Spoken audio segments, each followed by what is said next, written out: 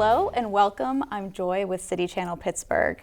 Here at City Channel, we want to connect you with everything that is city government. And who best to help us than with our very own Mayor William Peduto. Nice to see you, Joy. Thank you for being here. Thanks. Well, you've had a lot of great accomplishments in 2019, one of them being the lowest homicide rate in 21 years. What do you think contributed to that? Well, we've been able to see a 36% decrease from last year in the number of homicides. So our homicides have gone down to 37, but 37 is still 37 too many. There have been a number of factors which have been able to lessen those numbers over the course of the past 6 years, and they basically come from two sources. Our men and women of our police force and public safety, as well as the people in our neighborhoods. One of the reasons that we're able to see less people being killed in our city is due to technology. The upgrades that our police bureau and public safety department have made, the shot spotter being implemented in neighborhoods where before we even get a 911 call, our officers are able to be at the scene. Changes within the police department where our officers are carrying tourniquets and learning first responder medical ways to be able to sustain a life have also been a critical part of that. But it goes beyond it. It goes into creating community relations within the police bureau itself, and then expanding the opportunities that we have outside where the community is working directly with police officers, and not just where the officers are at an event at the back of the room, but where they're actually engaged as participants in the events in our neighborhoods, where people get to know who their police officers are, and even more importantly, our officers get to know the people they serve and protect. And finally, all of that comes together in being able to create community relations that is based on neighborhood. So we've decided to invest even more into that in creating substations throughout our city. We've seen the direct effect of the substation in Northview Heights and how it's been able to take one of the areas that were struggling with violence into an area that is now thriving through peace. But we're bringing that also to the south side, where we saw an increase of crime, to downtown, where there has been more homeless and more people who struggle with addiction trying to get services downtown, but we've seen crime as well. And we're going to bring it to Homewood, where we still have violent crime that is at levels that are unacceptable, and using that same strategy in those specific neighborhoods. That's interesting, because it doesn't seem like public safety is just within the Department of Public Safety. It seems like it's a multi-department approach. So how important was that as you're thinking about it? Well, that was one of the things that we have done over the past 6 years, is we've watched homicide, violent crime, all drop over the past 6 years. We've also seen an increase in the number of police officers we have, the number of firefighters, the number of medics. The Department of Public Safety, which is now expanded from beyond just working to administer the 3 bureaus and animal control, to being able to create an entire community relations team that works hand in hand with our men and women in uniform, and to build that relation with community. A big priority in the past year has been equity.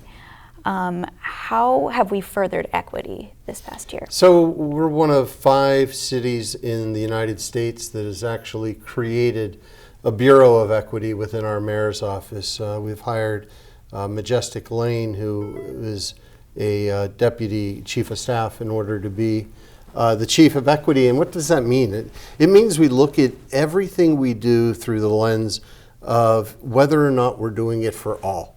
So if we're putting in new streetlights, we've never really looked before what and where the streetlights go. We just replace light bulbs.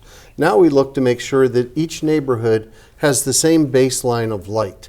When we're looking at the way that we redo our parks or redo our streets, it won't be done by who lives there or who lives on that street. It will be done on a fair basis based on the need of the streets to be repaired or the playgrounds to be renovated.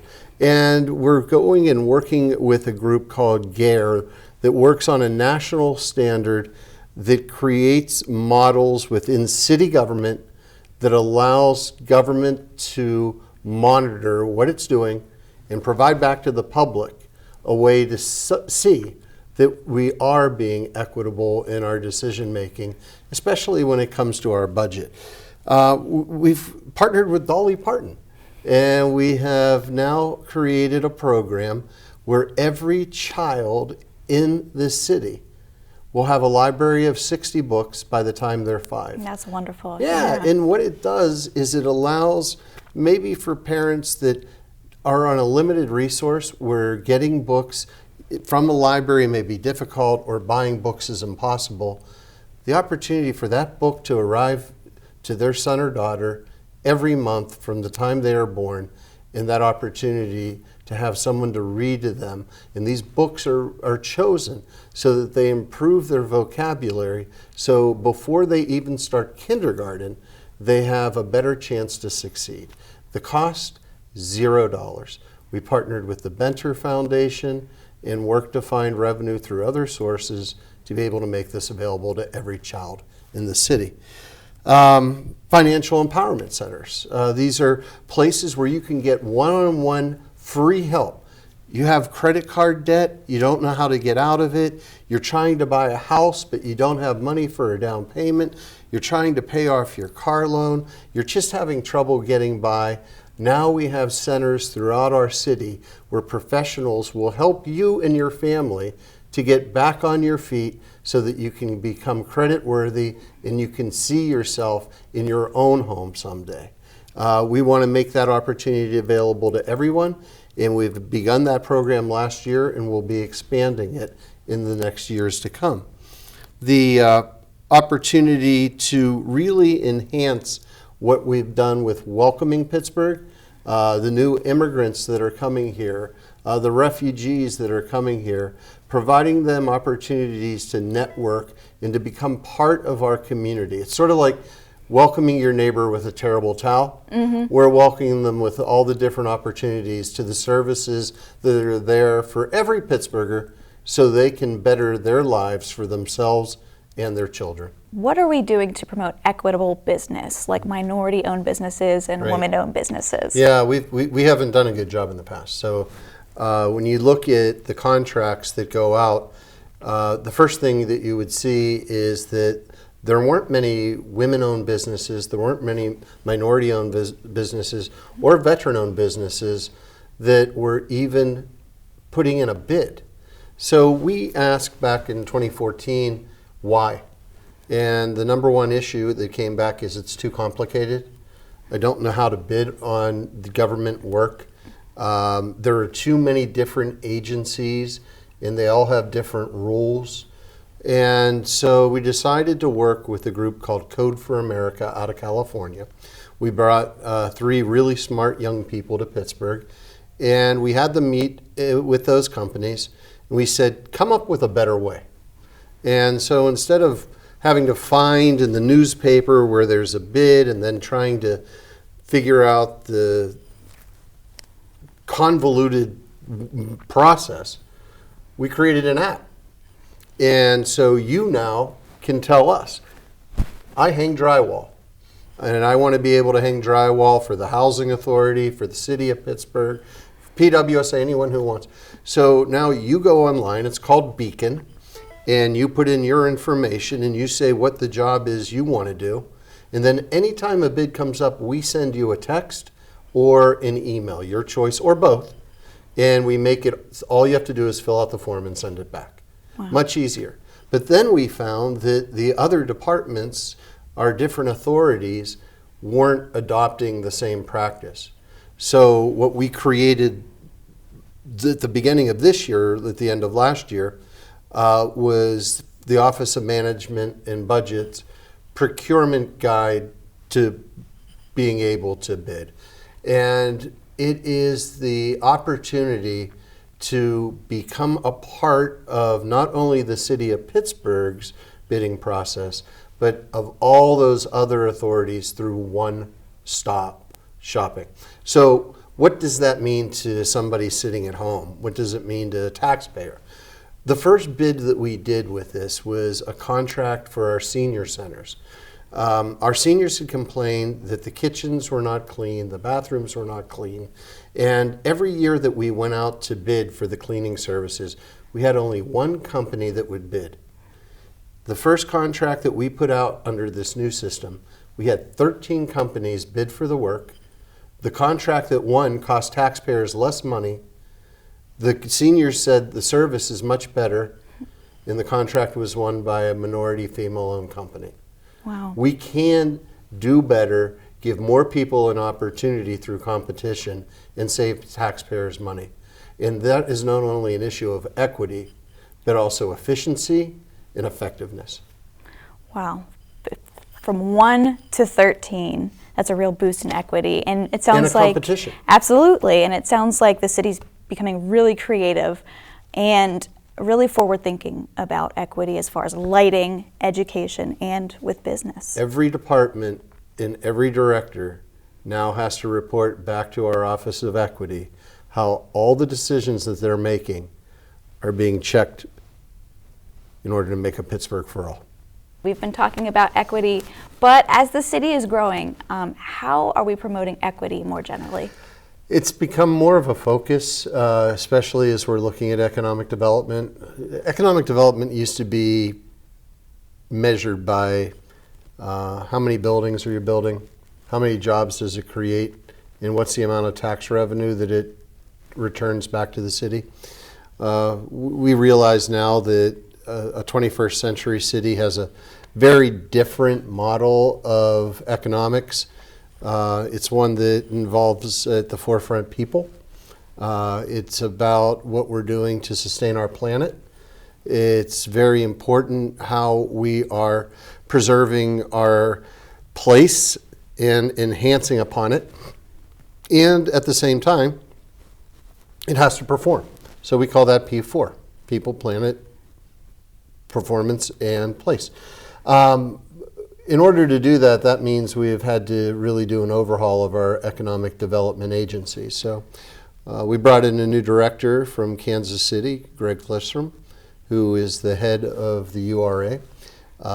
We promoted from within our deputy executive director, Diamante Walker, who's born and raised in Pittsburgh, and she serves now as the first African-American female to hold a position that high within the URA. We have brought in from Detroit, Monique Pierre, who is now running economic development with our housing authority. We brought in from Pittsburgh, Marty Lamar, who is now our Chief Economic Development Officer. And soon we'll be announcing our new planning director as well. That new team, that new economic development team, has been charged with changing the model of neighborhood development to focus on the P4 principles and at the same time to allow our city to grow for all. We want to see a continuation in new industries that are investing in Pittsburgh, but at that same time we want to see opportunities for entrepreneurs to invest in their own neighborhoods. We want to see a continuation of market rate housing that is being built to bring people who otherwise would have moved to the suburbs back into the city, but at the same time we don't want to lose anybody out of our own neighborhoods and want to create more opportunities for public subsidized and affordable housing. And all of that now becomes the priority of our economic development strategy, which adds to the equity of our city. If anyone out there would like to see more, make sure you go back to the budget address of the past year on our YouTube channel. Shameless plug there. So you talked about teams. You talked about the URA. You talked about new leadership. How will these teams and these resources help us respond to the needs of our community? Yeah, well, unfortunately we don't get new resources with the new team, so we have to be creative in how we use the resources that we've had in the past in different ways. What does that mean? It means that using the funds that we created for an affordable housing trust fund can be utilized not only in making new opportunities from affordable housing, but in areas where we see rent increasing, provide a program to be able to stabilize a family, to be able to take that and to be rent increase, and to be able to have a program to help them to get through that. It means that we start to look at a new comprehensive plan for an entire city under the lenses of equity and other issues that are absolutely critical. Transportation. How much does it cost to go from where you live to where you work, depending upon which neighborhood you live in? What are your utility costs, and what type of a burden does that place upon you? When we're looking at neighborhoods and the opportunities, threats that are present today, they're much different than what we looked at 20, 30 years ago. And so then we work with those neighborhoods in order to build out a neighborhood master plan. We've had last year master plans that we were able to complete in Manchester, in Hazelwood. We're working in Homewood, in Oakland. And what they do is they give a guide to the Planning Commission so that when somebody comes with an idea of what they want to do in that neighborhood, there's already a community-driven approach that has been identified that fits in with that entire plan and then is incentivized through the URA, through the programs that they have to help to make it happen. It becomes a team, and that's really the key part. And these master plans are very vital to the future of that community and is really driven by the community itself. Yeah, and I shouldn't just say that it's the comprehensive master plans. We've done them in Uptown and other neighborhoods as well. It gets down to where the neighborhood decides what its priority is. Sometimes it's a neighborhood park, and having a park that has not been repaired, renovated, or it's just been basically ignored for decades becomes a priority for that community to see it done. And then we engage the community on what that park should look like, because although we built it 40 years ago, the children and the adults in that community may want different amenities today. So we work hand in hand in making that happen. We do it with our senior centers. We do it with our rec centers. We've done it in being able to create different opportunities than what we presently have by going through a community process and listening in order to provide something that community wants. What are some fun projects that happened in 2019? There's a lot, and they're all basically created by either city employees or neighborhood organizations or community organizations that basically have a problem, but they want to use a little bit of creativity in order to solve it. So the Clean Pittsburgh Commission 4 years ago came up with this idea, and it was 4 years ago we were celebrating the Olympics. And they said, why not have a garbage Olympics? I said, all right, what's a garbage Olympics? And they explained that it would be a competition between neighborhoods to see who could pick up the most trash in one day. And so it began. And this past year, we've been able to get the largest number of neighborhoods to participate. We've been able to increase it every year.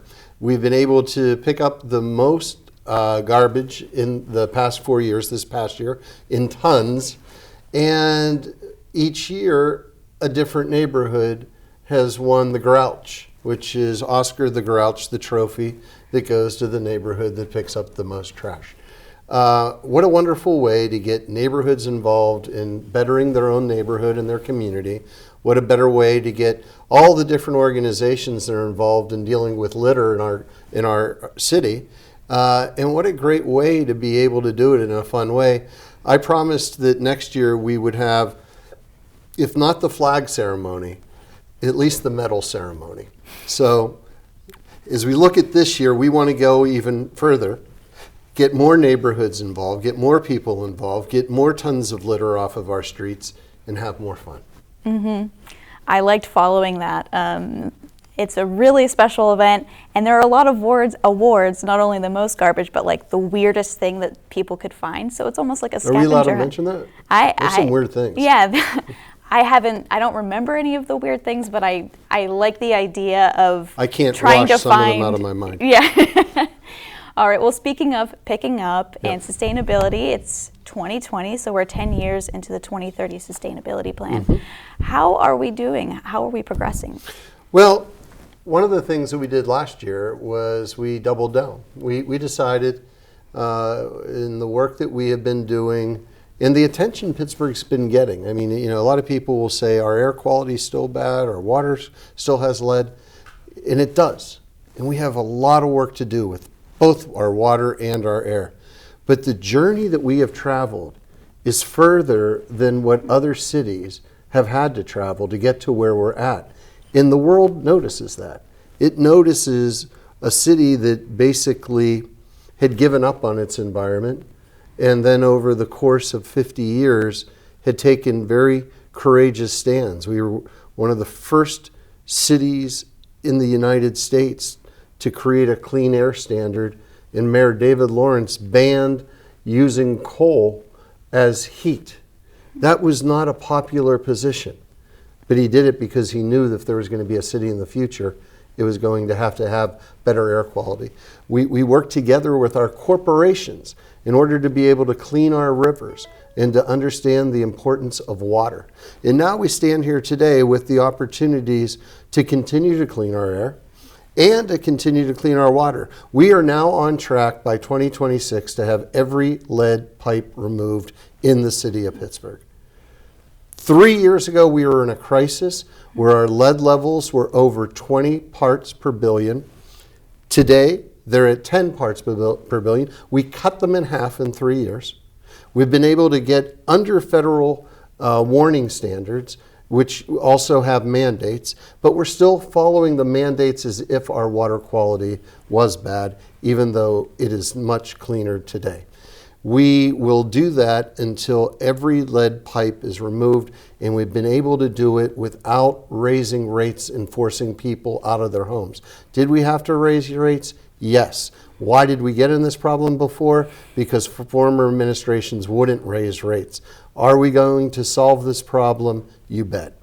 We now have the next step, which is modernizing the plant and then concentrating on our green infrastructure. We want to be able to retain our stormwater before it ever gets into the system, because we realize that if we don't, we'll continue to see floods, we'll continue to see landslides, unless we're able to put that rain in an area where it's just held.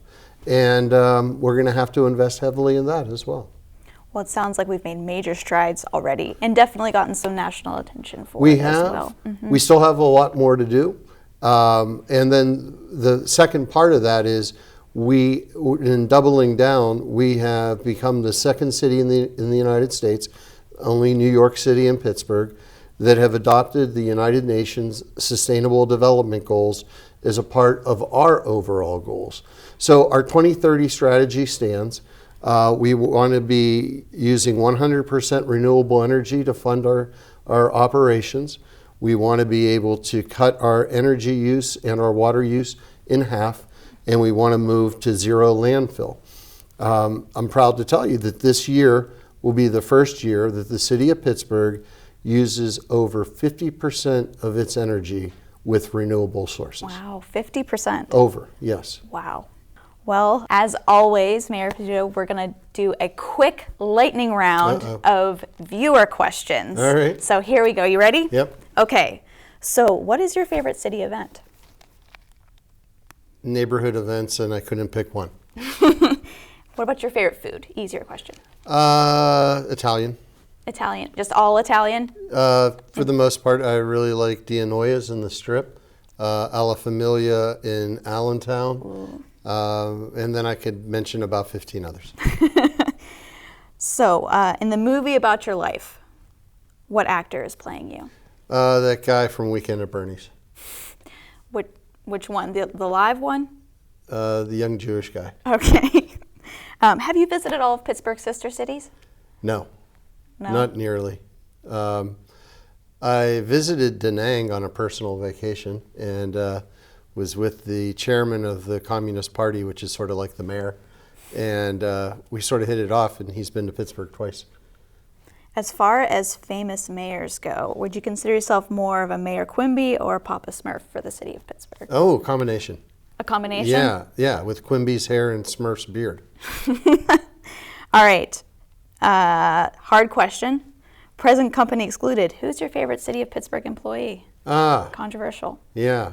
Imagine having nearly 4,000 children and being asked that question. Kind of impossible. Kind of impossible. All right. So this is the last question. This is not a lightning round question. So we've talked a lot about the past. We've talked a lot about 2019. But looking toward the future, what are some things that our viewers can look out for in 2020? 2020? Well, number one, we've got the G7 coming to town, which is interesting with the logistics that we need to be able to place in order to host the event. We're not hosting it. The State Department's hosting it, but the foreign ministers of 7 nations and reporters from all over the world will be here. So it will be an opportunity to show what makes Pittsburgh such a special city. We've got the 2020 census coming up, which is absolutely critical that everyone register. A lot of effort that will be made in order to get every person to count within the city of Pittsburgh. And I'm sure they're going to be doing the same throughout the county and throughout the region, but we really need to have every person count in order to be able to get federal funding that we deserve. We're going to be moving all of our permits online. Sometime later this year, you'll finally be able to get online instead of stand in line in order to get a permit, and moving that into a whole new system. And we've been chosen as one of 3 cities in the United States to model a new opportunity of welcoming economies. This will give our immigrant and refugee citizens opportunities to start their own businesses, to get them to become part of the tax base, to get them to help to rebuild our neighborhood business districts, especially those that haven't seen any new business development in years. Those 3 initiatives will all be taking off in the next few weeks or next few months, and just something to keep your eye on as they happen. A lot of exciting things happening in Yep. 2020. Absolutely. So those are all the questions I have. Is there anything else that you would like to add, a message for our viewers? Yeah, so last year when I had the chance to take a vacation, like a real vacation for the first time since 2011, I had the chance to meet His Holiness the Dalai Lama. Wow. And when you asked me about the mayor, I was immediately reminded when I came up to meet him and they said, "Your Holiness, this is Bill Peduto. He's the mayor of the city of Pittsburgh." He grabbed me by my hair and he said, "This is black." And then he grabbed my beard. He said, "This is white." And it was one of my favorite moments of last year. So hopefully to Pittsburghers, hopefully you'll have a moment of this year that you'll be able to look back at and laugh at whenever it's that moment that you need to laugh. Absolutely. And always keep a sense of humor. Always. Always. Well, thank you so much for being here. Appreciate you stopping in and seeing us here at the City Channel. Thank you. Yes. And hopefully we'll see you again throughout the year. I would hope quite often. Yes. Well, that's all for us here at City Channel Pittsburgh. Make sure you keep tuning in on Comcast 13, Verizon 44, on streaming and on YouTube. Have a great day, and we'll see you throughout the year.